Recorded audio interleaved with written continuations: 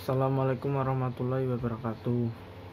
Saya Ananda Ramantiadi, nomor absen 4 dari kelas 12 MIPA 5, akan membacakan surat An-Luqman ayat 13 sampai 14.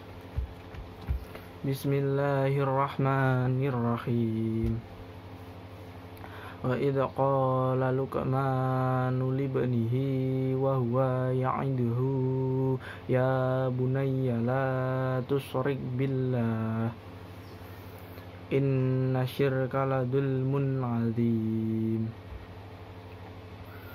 Wa wassaynal insana biwalidayhi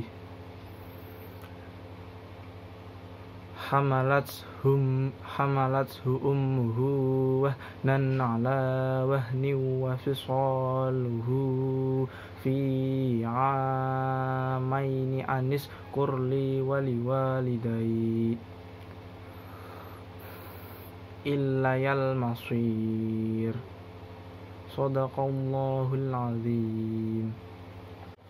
Yang artinya, dan ingatlah ketika Luqman berkata kepada anaknya dan di waktu ia memberi pelajaran kepadanya, "Hai anakku, janganlah kamu mempersekutukan Allah. Sesungguhnya mempersekutukan Allah adalah benar-benar kezaliman yang besar.